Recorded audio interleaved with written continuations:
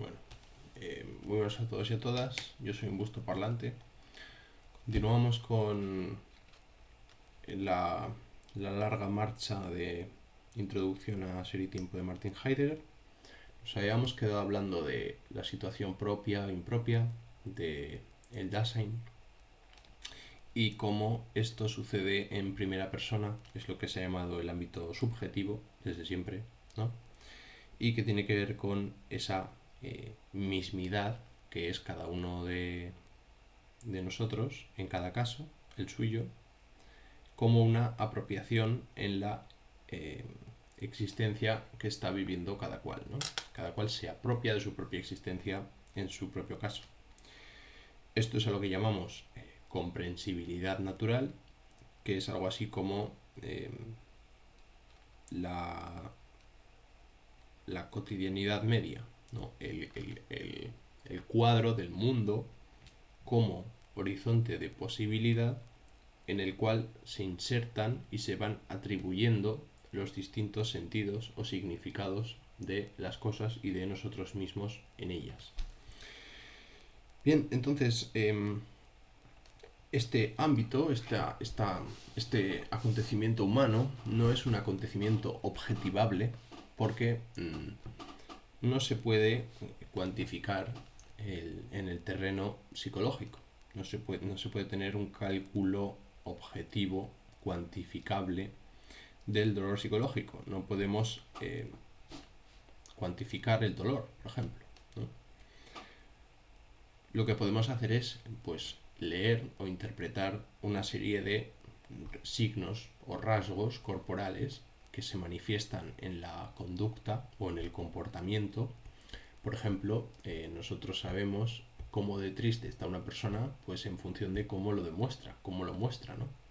Pero no podemos medir la tristeza por la cantidad de lágrimas que caen del ojo, porque eso no es una medida fiable. De hecho, los médicos, que son pues, los profesionales que más contacto tienen con el dolor humano, con el sufrimiento, que en realidad es lo mismo, ¿vale? No hay distinción entre dolor y sufrimiento en la ontología heideggeriana, porque no hay esa distinción cartesiana entre cuerpo y mente, entre psíquico y físico, sino que todo pertenece a esa correlación entre el yo y el mundo. Entonces, porque claro, muchas veces cuando se trata de establecer una diferencia entre el dolor y el sufrimiento, se habla de un dolor físico y de un sufrimiento psicológico, pero realmente ambos pertenecen al terreno de la existencia en la medida en que no son objetivables. Y a lo que iba. Los médicos, a la hora de cuantificar cuánto dolor tiene un paciente con respecto a un problema, supongamos que, pues, no sé, me he torcido el tobillo. Vamos a poner un ejemplo más amable, ¿no?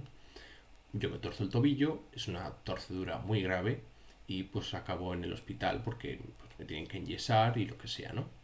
Entonces el médico me pregunta que cuánto me duele. Le digo mucho. ¿Cuánto duele? Le digo mucho. Le digo no me lo toques, ¿no? Aunque me lo toques me duele, pues si me lo tocas más. Pero el médico pues necesita saber cuánto es ese mucho. Y entonces establece un canon. Te dice, bueno, del 1 al 10, ¿cuánto te duele? Y entonces el paciente dice, siendo el 10 un dolor insoportable y un 0 pues nada de dolor. Si un 1 pues sería pues una molestia, por así decirlo, ¿no? Y el paciente, en función de esa regla, pues dice, pues me duele un 7, o me duele un 8, o me duele un 9. ¿Y qué hace con esta información el médico? Pues bueno, pues le administra unos medicamentos, unos fármacos u otros en función del dolor. Unos más potentes u otros más livianos o no tan agresivos. Pero no deja de ser una metáfora, no deja de ser una cuestión que no es objetiva. El médico no puede decir, pues tengo un paciente que tiene un 7 de dolor de tobillo. No, pues esto no tiene ningún sentido desde un punto de vista científico, ¿no? Porque es una mera apreciación subjetiva del dolor a través de un arco de medida numérico. Claro, ¿quién ha dicho que el dolor se pueda evaluar a través de un rango numérico. Bien, esto es una cuestión que para debate, ¿no? Como quien ha dicho que lo que sabe una persona, que es una cuestión que tampoco es objetivable, deba o se utilice un rango numérico para evaluarla. ¿Habrían otros medios? Pues yo creo que sí, ¿no? ¿Por qué no se utilizan otros medios? Pues bueno, no lo sé. Está muy de moda, por ejemplo, o estuvo muy de moda en su momento y volverá a salir, porque como todas las modas resurgen, la cuestión de, por ejemplo, evaluar a los alumnos a través de palabras, ¿no? Y se decía pues, que tienen un sobresaliente. En lugar de tener un 9 o un 10, se hablaba de sobresaliente. Se hablaba de notable, se habla de bien, se habla de regular, se habla de, me acuerdo en mis tiempos, progresa adecuadamente, o no progresa adecuadamente. Claro, son cuestiones más significativas, ¿no? De palabras, se evalúa con palabras. Las palabras son las que demuestran lo que sabe una persona o no. Por ejemplo, los americanos o los ingleses tienen esta categoría de letras, utilizan letras para evaluar. Pues tienes un A+, un 10, tienes un A, un B, un C, un D, ¿no? Un F, en función de ese, pues un rango alfabético, ¿no? ¿Es un rango alfabético objetivo?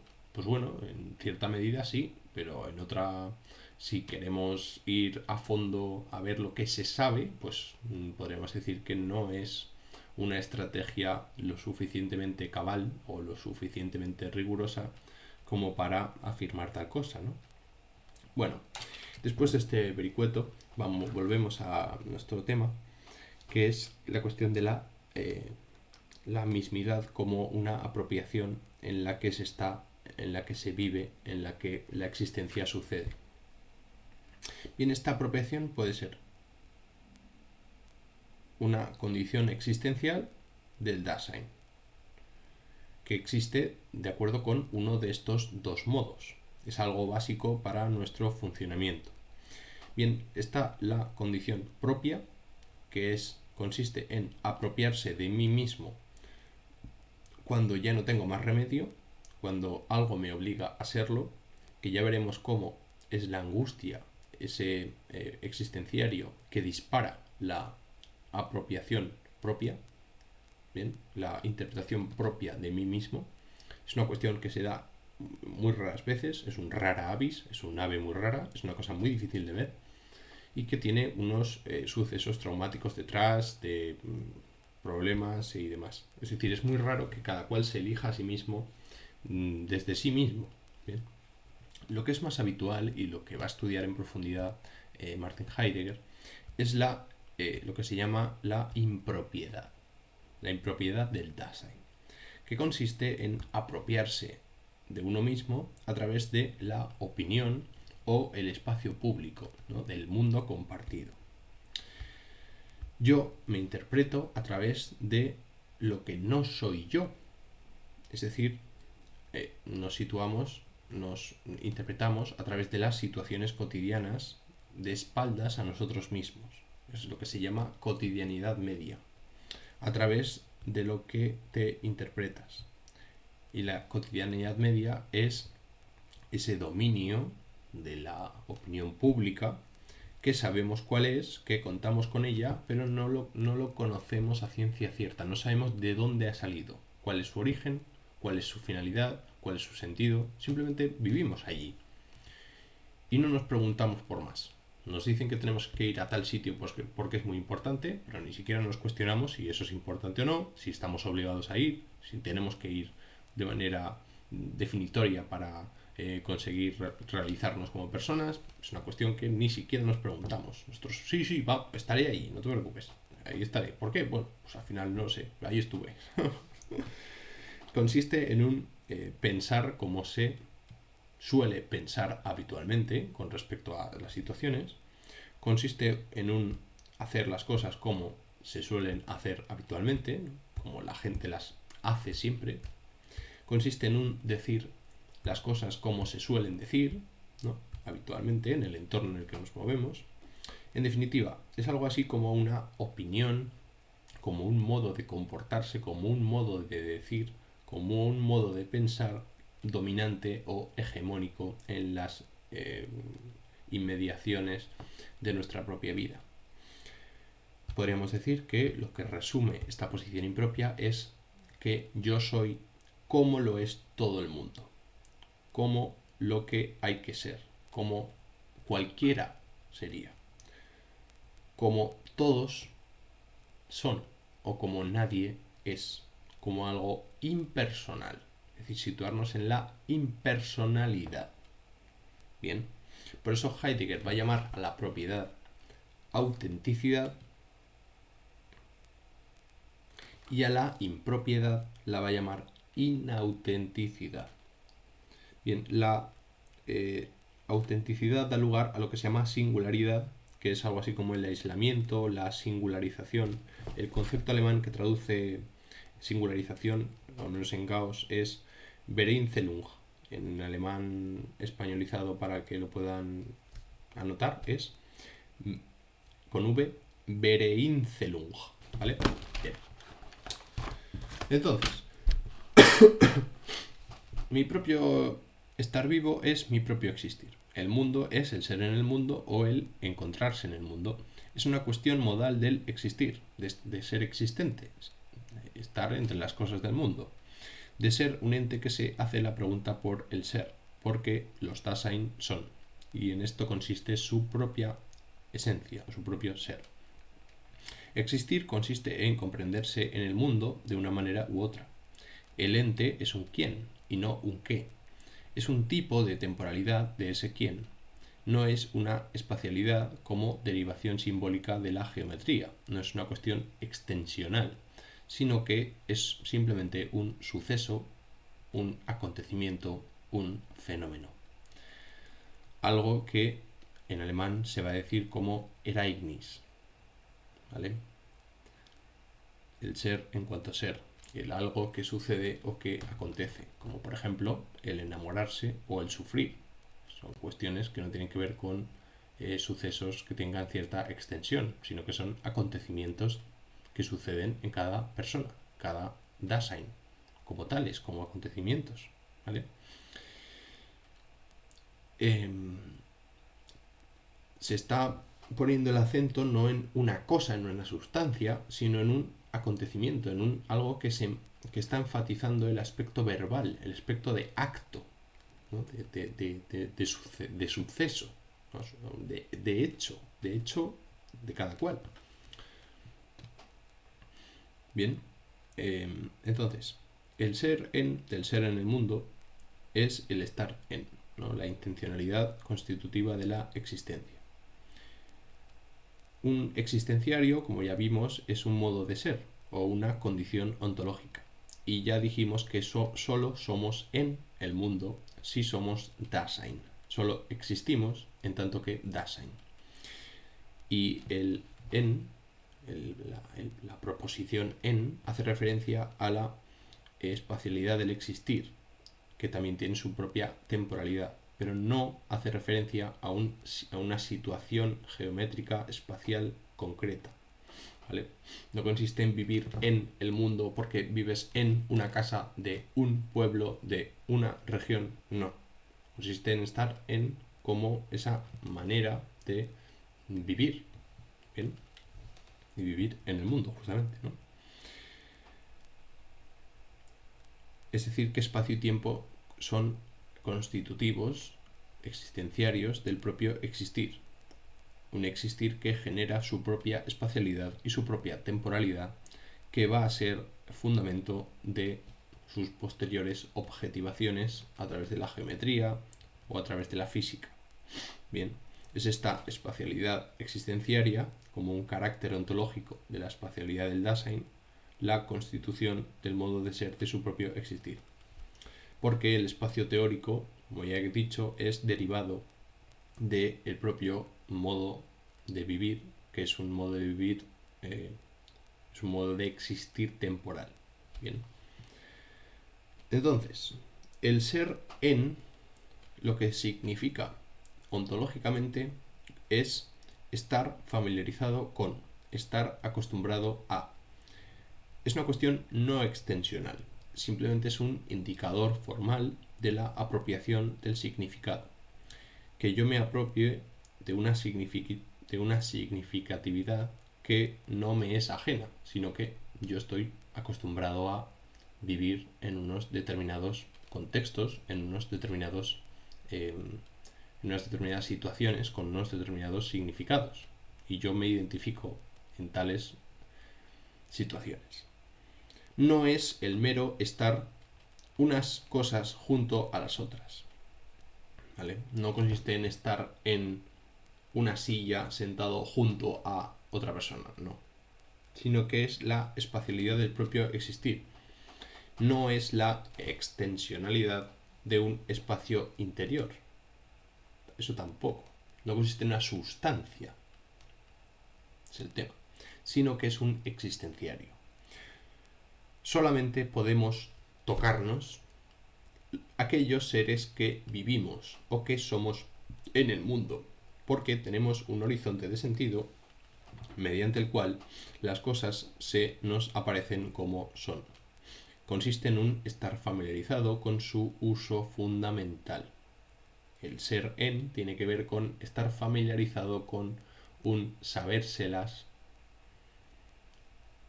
ver con las cosas que se nos dan. ¿Vale? Por ejemplo, yo me tengo que peinar, ¿vale? Porque estoy despeinado, acabo de salir de la ducha y bueno, pues tengo los pelos revueltos, ¿no? Entonces yo me tengo que ir a trabajar y pues por no presentarme con un aspecto deplorable, porque eso ya daría unos significados a mis compañeros de trabajo acerca de mi propia existencia, pues prefiero peinarme, ¿no? Y porque a mí me gusta ir peinado. No es mi caso, pero bueno, el ejemplo creo que es así. Yo me tengo que peinar, pero lo único que tengo a mano es un tenedor. Tengo un tenedor. Yo no me puedo peinar con un tenedor. Me puedo peinar con un peine. ¿Por qué? Porque sé que el peine está hecho para peinarse. Porque estoy familiarizado con el uso del peine. Y también con el del tenedor. Por eso sé que no me puedo peinar con un tenedor. Porque si yo me peinase con un tenedor, estoy rompiendo con el uso cotidiano de las cosas. Estoy de alguna manera fragmentando, rompiendo, cuestionando, trafucando el ser en, esta estructura ontológica. ¿Vale? Consiste en un boicot de las formas. Consiste en sacar a las cosas de su contexto de pragmaticidad, o su contexto pragmático. Es decir, es una ruptura con las costumbres, ¿no? Que es al final nuestro mundo. Nosotros somos seres de costumbres, con ese sentido comunitario que compartimos entre todos, que consiste en una serie de usos que están relacionados con las cosas y que revelan o indican en qué consisten tales cosas. Es decir, si un peine sale de su contexto, que es el baño, que es relativo al pelo y a su buen trato, pues pierde completamente el significado. Y nosotros somos justamente los que dotamos de significado a las cosas, y esas cosas tienen un significado para nosotros porque están introducidas, implicadas en la estructura existenciaria del ser en. Porque estamos familiarizados con ellas, porque forman parte de nuestro mundo. Bien. Entonces, el carácter fáctico del hecho del propio existir, es decir, del Dasein, no es un estar ahí, un estar a la vista. Por ejemplo, un cuadro ya lo dijimos, que era Vorhandenheit, estaba a la vista, como, pues yo qué sé, unas flores, unas plantas, ¿no?, que tiene la gente en sus balcones, están simplemente para estar ahí. Tienen ninguna funcionalidad más que la observación. Oh, qué bonitas flores tienes, ¿no? Y ya está. Tiene más función, tiene más utilidad que esa, que la de estar ahí. Bien. nuestra facticidad no es una cuestión empírica, sino trascendental. Es decir, estamos hablando de condiciones de posibilidad de nuestro propio existir. Hablamos de la facticidad del Dasein, de lo que somos en cada caso, de mi mismidad interpretada impropiamente o propiamente. Es la forma en la que se cobra sentido cada vez el Dasein. Consiste en una trascendentalidad, no en un hecho empírico objetivable. De hecho, no se puede objetivar. Se pueden explicar mediante conceptos que no son categorías, sino existenciarios.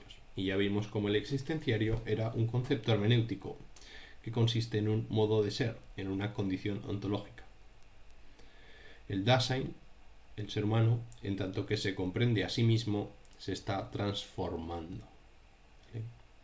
Porque el factum, el hecho de ser Dasein, consiste en una facticidad trascendental, que son las estructuras ontológicas del factum del existir, y que consisten en que yo me hago cargo de mí mismo a cada instante, a cada momento, a cada suceso, a cada acontecimiento, siempre.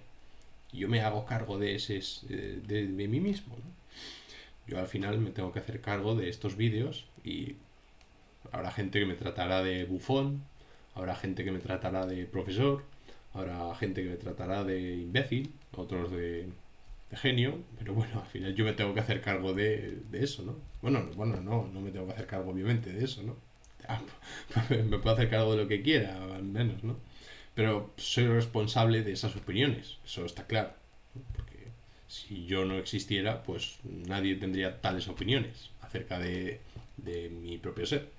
Pero bueno, es algo con lo cual cada cual tiene que hacerse cargo, ¿no? De su propio ser y del ser que los demás, de la interpretación que los demás hagan de uno mismo, porque no solo vale con la interpretación que nosotros hacemos de nosotros mismos, sino que también cargamos con, y menos mal que lo hacemos en parte, con la interpretación que los demás hacen de nosotros mismos, porque muchas veces nosotros mismos no nos valoramos de una manera adecuada y es posible que la opinión de los demás nos ayuden a tener una mejor imagen de lo que somos, tanto para bien como para mal, ¿no? Quizá uno piense que está actuando muy bien y hasta que no se lo dicen, pues no sabe que estaba actuando mal. Entonces, pues gracias a la intervención de la interpretación de otro Dasein, pues un Dasein puede recuperar el sentido adecuado o justo de su propia existencia. Bien. Entonces, el yo soy es un existenciario, es un modo de ser accesible del existir en su propia facticidad. Entonces, nuestra espacialidad constitutiva es o consiste en estar familiarizado con el uso de las cosas, en un tratar, en un tratamiento, en un vérselas con los entes con los que nos relacionamos, con los que estamos usando, en un habérselas con algo. Bien, en esto es en lo que consiste el ser en, ¿vale? En esto, no en la espacialidad como tal, ni en estar situado en un sitio o en otro, sino en un ser en el mundo, en una espacialidad existenciaria, en un desplegarse en distintas ocupaciones en función del contexto, el modo en el que se me presentan las cosas en el mundo. Este usar consiste en las distintas maneras de ser en el mundo. El Dasein existe en tanto que se ocupa de él mismo a través de las cosas con las que trata. ¿Vale? Esto es importantísimo. Que yo no me ocupo de, por ejemplo, mis hijos. Yo no me ocupo de mis empleados. O yo no me ocupo de mis campos. Sino que lo que hago es ocuparme de mí mismo, de lo que yo soy, a través de mis hijos. Es decir, yo me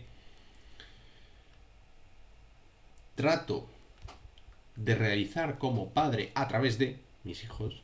Yo me trato de afianzar como empresario a través de mis trabajadores. Yo me trato de realizar como buen profesor a través de mis alumnos. yo me trato de realizar como agricultor a través de mis campos, es decir, siempre hay una relación recíproca, ¿no?, en el ocuparse.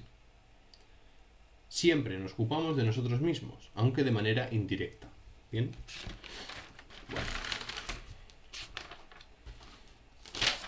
Este ocuparse es lo que Heidegger va a llamar Sorge. ¿Vale? La Sorge es un concepto alemán que se tradujo en José Gauss como cura, pero la cura es un cultismo en realidad, porque sí que es verdad que Sorge hace referencia a eso, ¿no?, a curar, ¿no?, a tener la cura. Pero la traducción más adecuada, en nuestro contexto hispanohablante, es la de cuidado. ¿Vale? El concepto de cuidado, el cuidarse, el cuidar de, es esta estructura de la Sorge, que son las distintas formas o modos del existir del ser que existe. Y lo vamos a dejar por aquí. En el próximo vídeo continuaremos con esta cuestión, que es fundamental, la cuestión de la Sorge, la cuestión del cuidado de el mundo, en definitiva, pero también el cuidado de uno mismo, también. Y con que eso, ¿no? Lo dejamos ya con ese cliffhanger para el próximo vídeo. Así que nada, un saludo y hasta la próxima.